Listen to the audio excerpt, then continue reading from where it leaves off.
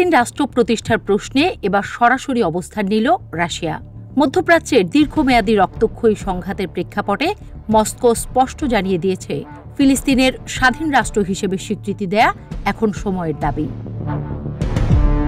শুক্রবার ক্রেমলিনের মুখপাত্র Dmitry Peskov রুশ সংবাদ মাধ্যম আরটিকে বলেন, রাশিয়া শুরু থেকেই দ্বিরাষ্ট্রীয় সমাধানের পক্ষে।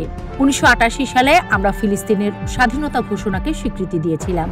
তিনি আরও বলেন, এই সংকটের শান্তিপূর্ণ সমাধান একমাত্র সম্ভব যদি জাতিসংঘের নিরাপত্তা পরিষদের প্রস্তাবগুলো পুরোপুরি বাস্তবায়িত হয়। রাশিয়ার এই ঘোষণা এসেছে এমন এক সময় যখন ইউরোপ জুড়ে ফিলিস্তিনকে স্বীকৃতি দেওয়ার জোরালো দাবি উঠছে। ফরাসি প্রেসিডেন্ট ইমানুয়েল মাক্রো জানিয়ে দিয়েছেন, আগামী সেপ্টেম্বরে জাতিসংঘ সাধারণ পরিষদের অধিবেশনে ফ্রান্স আনুষ্ঠানিকভাবে ফিলিস্তিনকে স্বীকৃতি দেবে। যদিও তার এই ঘোষণার পরই তীব্র প্রতিক্রিয়া জানিয়েছে যুক্তরাষ্ট্র। দেশটির পররাষ্ট্রমন্ত্রী মার্কো রুবিও এই সিদ্ধান্তকে বেপরোয়া এবং সামগ্রিক শান্তি প্রক্রিয়ার জন্য হুমকি হিসেবে উল্লেখ করেছে। তার মতে, ফ্রান্সের এই একতরফা স্বীকৃতি মধ্যপ্রাচ্যে শান্তি প্রক্রিয়াকে আরও জটিল করে তুলবে এবং হামাসের মতো উগ্রপন্থী গোষ্ঠীগুলোর প্রচারণাকে সহায়তা করবে। যুক্তরাষ্ট্র যখন ফরাসি প্রেসিডেন্টের সিদ্ধান্তের সমালোচনা নিয়ে ব্যস্ত, সেই সময় ব্রিটেনেও শুরু হয়েছে ইসরায়েলের বিরুদ্ধে বিভিন্ন প্রচারণা।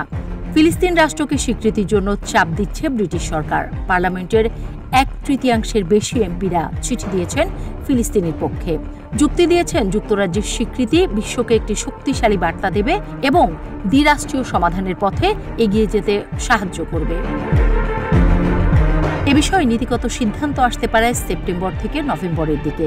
যুক্তরাজ্যের পররাষ্ট্রমন্ত্রী ডেভিড ল্যামি নাকি এমন ইঙ্গিত দিয়েছেন বলে মিডল ইস্ট আইকে জানিয়েছেন পররাষ্ট্র মন্ত্রণালয়ের সূত্র। রাশিয়া, ফ্রান্স, যুক্তরাজ্যের মতো পরাশক্তিগুলো যদি ফিলিস্তিনের পক্ষে দাঁড়ায়, সেক্ষেত্রে মধ্যপ্রাচ্যে এক অন্যরকম ইতিহাস তৈরি হবে বলে মনে করছেন বিশ্লেষকরা।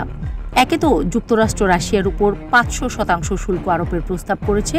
এর মধ্যে মার্কিন প্রেসিডেন্ট ডোনাল্ড ট্রাম্প আবার বলে বসেছেন, রাশিয়ার সঙ্গে যারা বাণিজ্য করবে তাদের উপরও বাড়তি শুল্ক দিয়ে দেবে তারা। কিন্তু এরপরও যুক্তরাষ্ট্রের বিরুদ্ধে গিয়ে রাশিয়ার ফিলিস্তিনকে সমর্থন দেয়াকে ইতিবাচক বলেই মনে করছেন মধ্যপ্রাচ্য বিশ্লেষকরা।